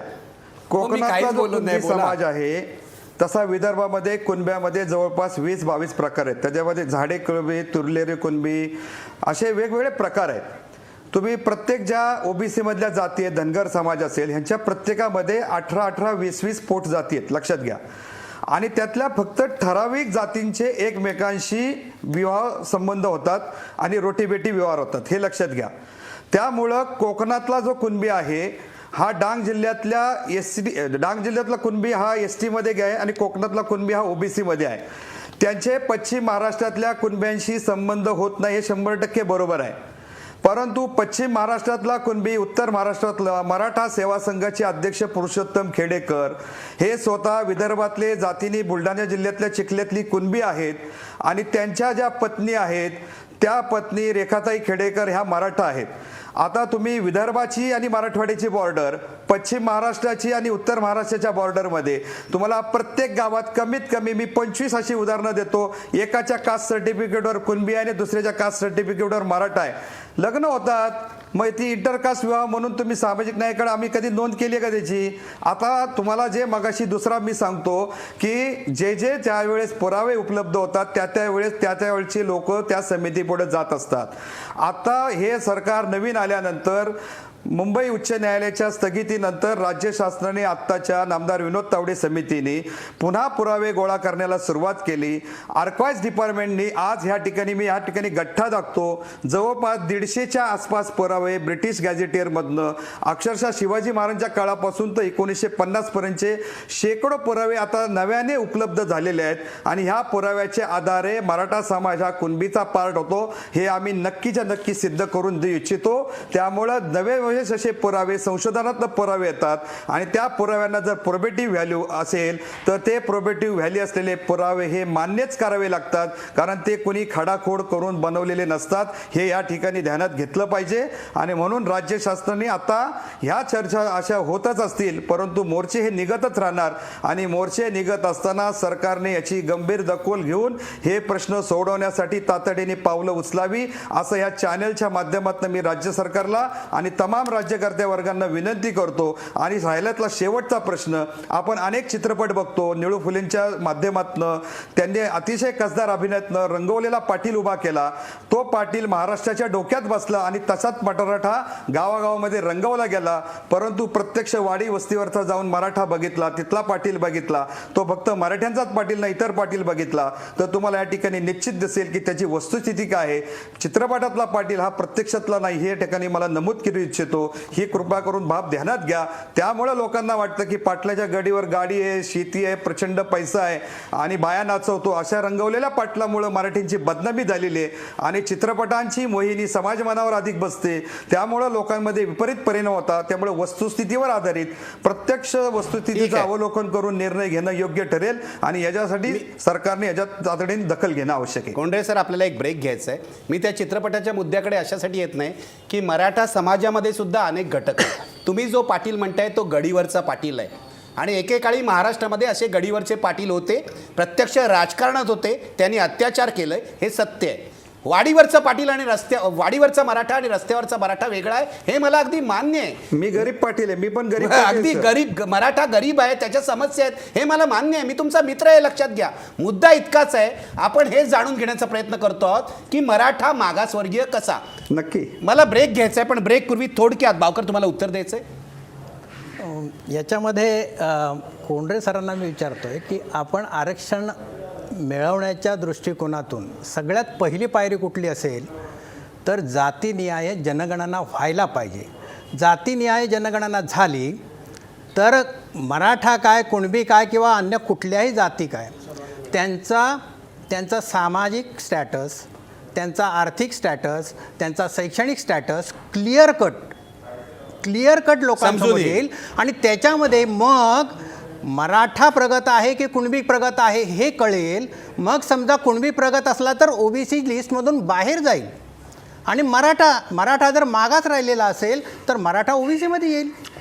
मग माझं म्हणणं असं असेल की आम्ही मिळून जातीनिहाय जनगणनेसाठी पहिल्यांदा आपण लढाई करायला रस्त्यावर उतरूया आणि त्याच्यानंतर मग आपल्याला कोणाला आरक्षण मिळालं पाहिजे, कोणाला नाही, हे आपल्याला फार महत्त्वाचा मुद्दा तुम्ही निर्माण केलाय, कारण हा गुंतागुंतीचा प्रश्न आहे, अक्षरशः गुंतागुंतीचा प्रश्न आहे. कुणबी मराठा मगाचे कोंडरे सर म्हणाले. कोंडरे सर, मी येतो तुमच्याकडे. एक फक्त ब्रेक घ्यायला पाहिजे, तो आवश्यक आहे, कारण हे चॅनलसुद्धा भावनावर चालत नाही, जाहिरातीवर चालतं आणि ब्रेकमध्ये त्या जाहिराती दाखवल्या जातात. ब्रेकपूर्वी आपला प्रश्न पहा, मराठ्यांना ओबीसीचा दर्जा मिळावा ही मागणी योग्य आहे का? होय म्हणतायत 60% लोक, 40% लोक नाही म्हणतायत. ब्रेक नंतर ही चर्चा मी पुढे चालू ठेवणार आहे. मी जाणार आहे श्रावण डेवरेंकडे पुन्हा एकदा, कारण मला शक्यता दिसते या मागणीवरून समाजात संघर्ष निर्माण होईल, विशेषतः मराठा आणि ओबीसीमध्ये. त्या संघर्षाचं काय करायचं हा माझा प्रश्न आहे. देवरे सरांपासून सुरुवात करणार आहे आणि पुन्हा हा मुद्दा पुढे नेणार आहे. ब्रेक नंतर भेटूया.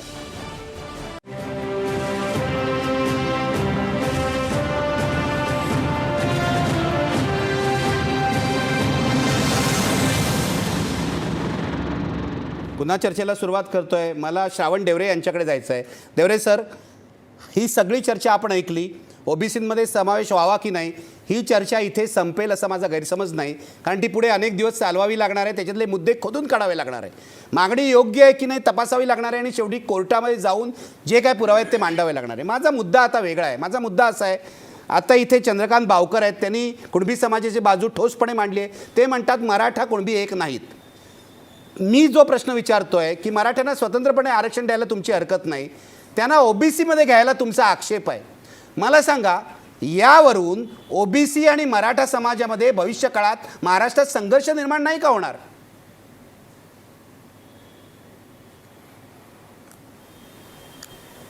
दोन गोष्टी आहेत सर. आपण सांगितलं की मोर्चा आणि चर्चा या दोन गोष्टी आहेत. मोर्चा हा जनजागृतीसाठी काढला जातो, लोकांच्या समोर भूमिका मांडण्यासाठी काढला जातो आणि त्याच्यातून लोकांचं जनजागरण होतं, जागृती होते.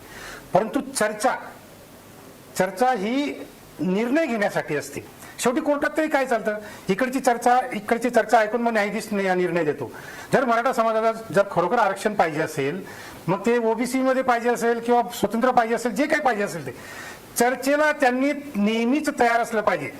लोकशाही प्रक्रिया आहे ती मान्य करावं लागेल. तुम्ही म्हणत असाल की आम्हाला चर्चा नाही करायची, आम्हाला कोर्टात नाही जायचं, आम्हाला सुप्रीम कोर्ट मान्य नाही, आम्हाला हायकोर्ट मान्य नाही, सगळे जे कमिट्यांचे अहवाल ते आम्हाला काही मान्य नाही, आणि नुसताच मोर्चा काढून आम्ही मागणी केली लगेच ती मंजूर झाली पाहिजे. हे बघा, ज्या मराठा समाजाने गेल्या 40-50 वर्षापासून घटनेचा वापर करून, लोकशाहीचा वापर करून सत्ता भोगली, तो समाज जर आज 50-60 वर्षानंतर जर असं म्हणत असेल की चर्चा नाही, कोर्ट नाही, कचेरी नाही, काहीच नाही, बस आम्ही मोर्चा काढला ना आम्हाला लगेच मिळालं पाहिजे, तर हे सरंजामशाही जी आहे अजून ती गेलेली नाही असं मला वाटतं. ती त्यांनी काढावी. आणि माझे सगळे मराठा समाजाचे बरेच दोस्त आहेत, त्यांना मी कळकळीची विनंती करतो की तुम्हाला कुणीतरी चुकीचं गायडन्स करते, कुणीतरी चुकीचं तुम्हाला गायडन्स करते आणि पायावर धोंडा.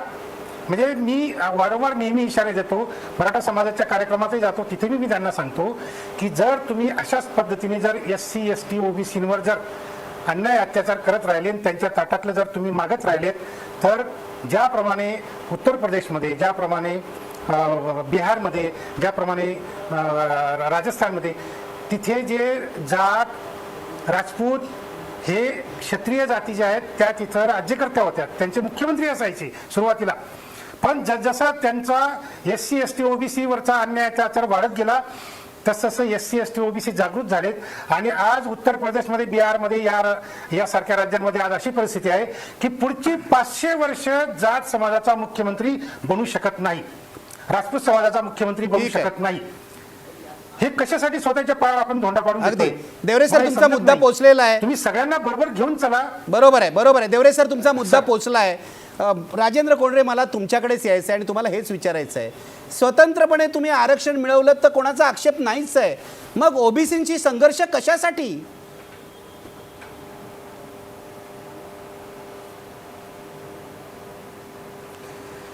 सर, आता असा विषय स्वतंत्र आरक्षणाचा मूळ प्रश्न आहे की ओबीसीचा दर्जा मिळाल्याशिवाय कोणतंही आरक्षण वैध ठरत नाही, हा पहिला भाग आहे.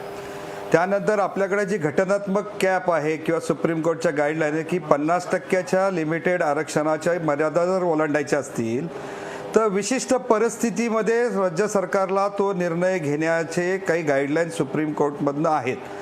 आता हा प्रश्न असा आहे की हे जर बाहेर आहेत, त्यांना काय त्यांचं चाललंय, काय चांगलं झालं किंवा वाईट झालं तर त्यांचं होईल, पण आमचं घर सेफ राहिलं पाहिजे, ही भावना अत्यंत चुकीची आहे. आज ह्या महाराष्ट्रामध्ये आणि राज्याच्या देशाच्या राजकारणामध्ये ज्या जातींचं प्रमाण त्या राज्यामध्ये लोकसंख्यात्मक दृष्ट्या जास्त असतं, त्या जातीचे प्रतिनिधी त्या राज्यामध्ये सत्तेवर असतात. तसे ओबीसी समूहातले आणि दलित समाजाच्या जाती ज्या राज्यामध्ये जास्त आहेत तिथं ते सत्तेवर आहेत. महाराष्ट्रामध्ये मराठा समाजाचं प्रमाण जास्त असल्यामुळं आणि स्वातंत्र्य लढ्याच्या पार्श्वभूमीवर सहकार क्षेत्रातल्या योगदानातनं मराठा समाज सत्तेवर आला आणि सातत्याने जवळपास 11-12 वर्षसुद्धा इतर समाजाचे मंत्री, मुख्यमंत्री होते. आणि आज राज्यामध्ये मंडल आयोगाची शिफारशीच्या अंमलबजावणीनंतर स्थानिक स्वराज्य संस्थांच्या निवडणुकांची पार्श्वभूमी जर लक्षात घेतली तर 45,000 ग्रामपंचायतींपैकी पंचायत समिती 350च्या पैकी 50% रिझर्वेशन आहेच ना तिथे. आणि आज राज्य शासनाचा, वागळे सर तुम्ही आढावा घ्या, राज्य शासनाच्या सर्व सेवेमध्ये मराठा समाजाचं जे प्रमाण आहे हे 10%च्या आतमध्ये आलेलं आहे. लोकसंख्या 30%, प्रमाण 10%, हे दरवर्षी मायनस होणार. कारण आरक्षण धोरणाची जी अंमलबजावणी योग्य पद्धतीने व्हायला पाहिजे त्याचा चुकीचे अर्थ लावून आरक्षणाच्या धोरणाच्या अंमलबजावणीमुळे खुल्या प्रवर्गातल्या सुद्धा जागा वेगळ्या पद्धतीने गेल्यामुळं आज जी सगळीकडनं कुचंबाना होती याची सगळ्या बाजूनी तपासणी व्हायला पाहिजे. अगदी. जर आम्ही फुले शाहू आंबेडकरांचं आणि सर्वांचं नाव घेत असू तर त्यांच्या तत्वाप्रमाणे वागणं आमचं नैतिक कर्तव्य आहे. परंतु आमचं तर आमचं, दुसऱ्याचं पण आमचं, कुणालाच काही करू द्यायचं नाही. फक्त तुम्ही मोठे, तुम्ही राजकारणी, तुमचा मुख्यमंत्री, आमचा मुख्यमंत्री झाला तर आमच्या घरात काय जेवायला आणणार आहे? मग एक मंत्री झाला आणि इतर समाजाचे मंत्री झाले, आज दुसऱ्या समाजाचे मंत्री म्हणून सगळे ब्राह्मण समाज सुधारलेले झाले का? राजकीय सत्ता ही लोकशाही प्रक्रियेतनं येते आणि बाकीच्या ज्या पद्धती ह्या सिलेक्शनमधनं येतात, इलेक्शनमधून येत नाहीत. इलेक्शनमधनं लोकप्रतिनिधी निवडले जातात आणि त्यामध्ये ज्यांचं काम चांगलं असतं तेच लोकप्रतिनिधी निवडले जातात. ह्याच्यामध्ये अशा पद्धतीने सत्ता भोगली आरोप करणं चुकीचं आहे. निवडून देणारे लोक मूर्ख आहेत का? त्यांनी काही कामच केली नाहीत का? आज राज्यामध्ये ओबीसी प्रवर्गासाठी, SC ST साठी मराठा समाजातल्या अनेक लोकांनी काम केले, मग त्यांच्या कामाचा पराभव तुम्ही नाही सांगत का?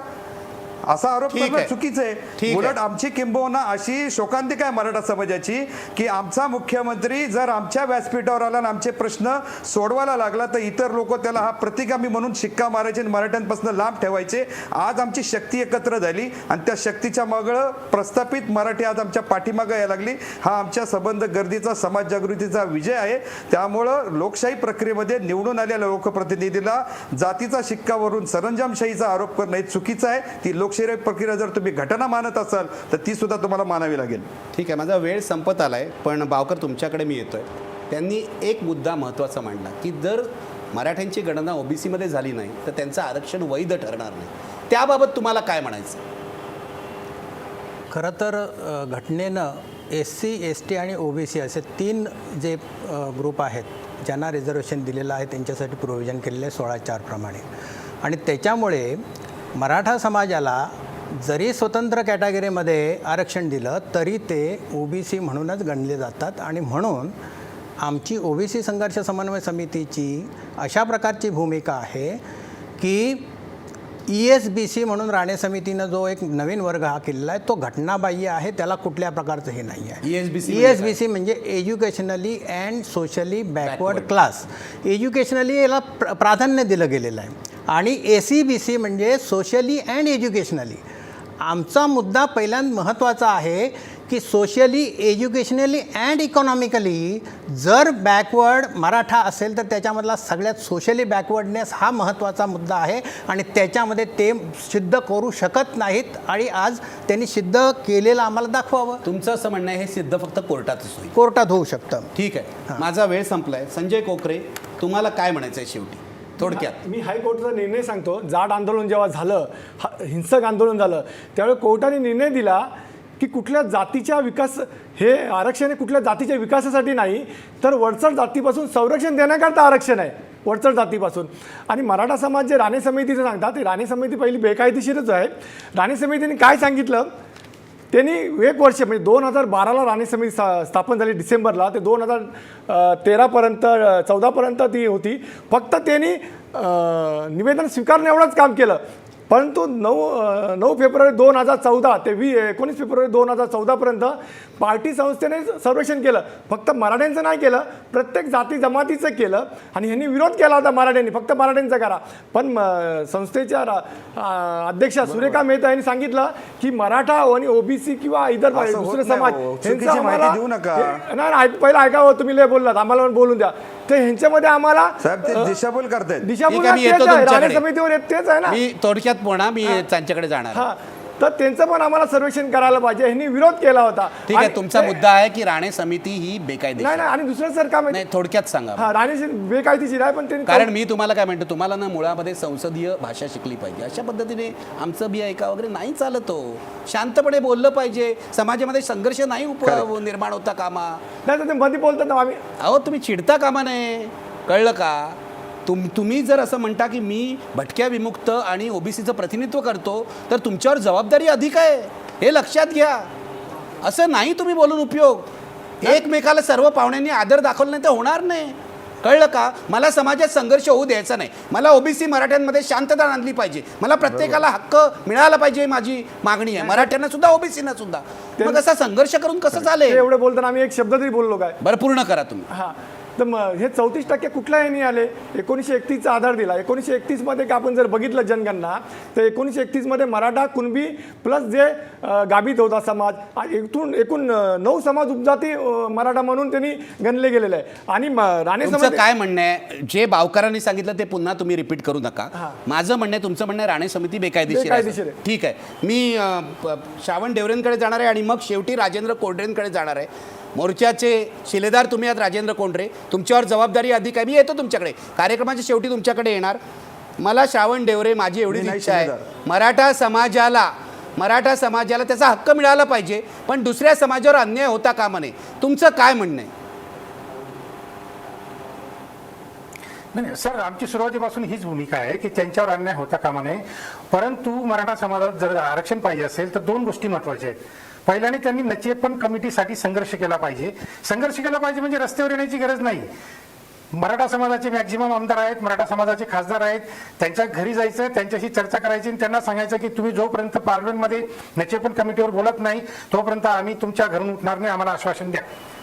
फक्त मराठा समाजाचे आमदार आणि मराठा समाजाचे खासदार यांना जरी तुम्ही सांगितलं आणि ते जर समजून दिलं तर पार्लमेंटमध्ये नचेपण कमिटीवर चर्चा होऊन तो अहवाल मंजूर होऊन मराठा समाजाच्या आरक्षणाच्या मध्ये येणारा सगळ्यात मोठा अडथळा हा लगेच बाजूला होऊ शकतो. दुसरा महत्वाचा मुद्दा जातगणना. जातगणना जर केली तर सगळे प्रश्न सुटून जाणार आहेत. म्हणजे या जातगणनेमध्ये जर असं सिद्ध झालं की मराठा समाज मागासलेला आहे तर पटकन मराठा समाजाला ओबीसी मध्ये आम्ही घ्यायला तयार आहोत. आमचा विरोध नाही, पण सिद्ध झालं पाहिजे, कोर्टामध्ये सिद्ध झालं पाहिजे, आकडेवारी सिद्ध झाली पाहिजे, शास्त्रशुद्ध पद्धतीने झालं पाहिजे. परंतु आम्ही मोर्चा काढतो लगेच आम्हाला आमची मागणी मान्य झाली पाहिजे हे असं झुंडशाही पद्धतीने लोकशाहीमध्ये नाही चालत. हे चुकीचं आहे असं माझं म्हणणं आहे. आणि शांततेने या दोन मुद्द्यांवर सर्वात जास्त महत्त्वाची चर्चा झाली पाहिजे. आणि एक नचेपण कमिटीचा रिपोर्ट मंजूर झाला पाहिजे आणि दुसरं म्हणजे जातगणना झाली पाहिजे, ओबीसींची काय आणि बाकीच्या सगळ्यांची सुद्धा. म्हणजे आपण मुसलमान समाजाला पण आरक्षण देऊ शकू, जाट समाजालाही देऊ शकू, पटेल समाजालाही देऊ शकू आणि मराठा समाजाला आरक्षण देऊ शकू. ही आमची भूमिका. कोंडरे साहेब, शेवटी तुमच्याकडे येतोय. या समाजाचे एवढे शांततापूर्ण मूक मोर्चे निघत आहेत, याबद्दल आम्हाला सगळ्यांना कौतुकाची भावना आहे मनामध्ये. मराठा समाजामध्ये गरीब वर्ग मोठ्या प्रमाणावर आहे, त्याला त्याचे हक्क मिळालेच पाहिजे यासाठी पत्रकार म्हणून आवाज बुलंद करण्याच्या मताचा मी आहे. प्रश्न असा आहे की हा जो मुद्दा आहे ओबीसीमध्ये समावेश करावा, तो तुम्ही फार रेटलात तर महाराष्ट्रामध्ये सामाजिक संघर्ष निर्माण होईल. म्हणून मी तुम्हाला पुन्हा पुन्हा विचारतोय, यापेक्षा काही वेगळा मार्ग नाही का? मराठा समाजाला मिळालं पाहिजे आरक्षण, पण वेगळा मार्ग तुम्ही का नाही सांगू शकत?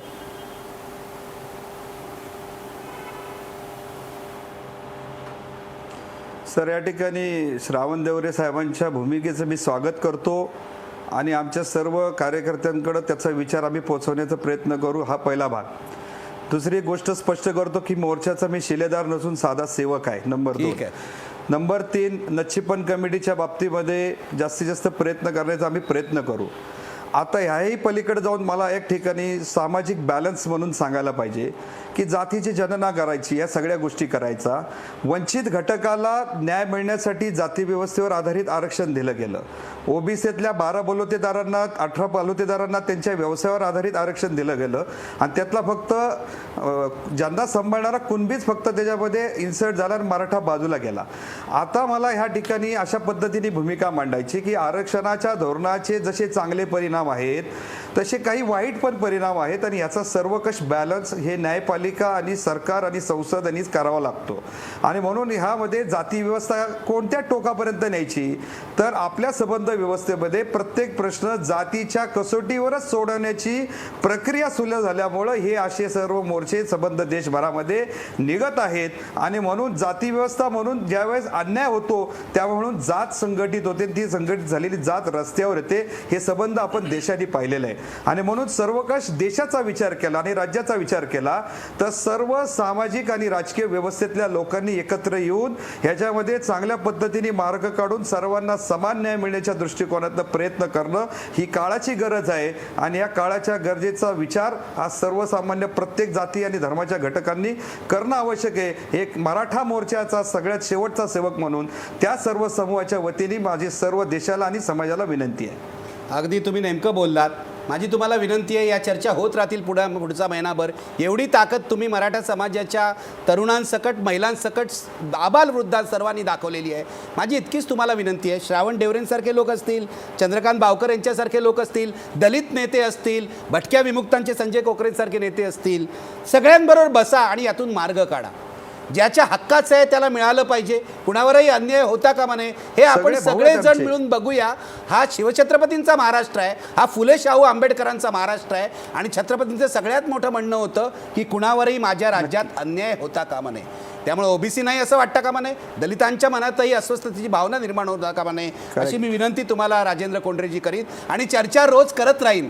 या मोर्चाचे सर्व पैलू तपासण्याचा माझा पुढच्या काही काळात प्रयत्न आहे. हा 6वा कार्यक्रम झाला, 10 कार्यक्रम करीन, 15 करीन, कारण ही एवढी मोठी तरुणांची ताकद बघितली की ती विधायक कामाकडे जावी असं माझं मत आहे. संघर्ष निर्माण होऊ नये. इथेच थांबतोय. शेवटी पुन्हा एकदा प्रश्न बघा, मराठ्यांना ओबीसीचा दर्जा मिळावा ही मागणी योग्य आहे का? बघा पडद्यावर, बघा 52% लोक म्हणतायत होय, पण 48% लोक म्हणतायत नाही. अटीतटीचा असा संघर्ष आहे. आपण कुठेतरी समन्वयाचा मार्ग काढला पाहिजे. एक ब्रेक घेऊया आणि ब्रेक नंतर चर्चा करूया मोदी सरकार आणि पाक विषयी. ब्रेक नंतर परत येऊया.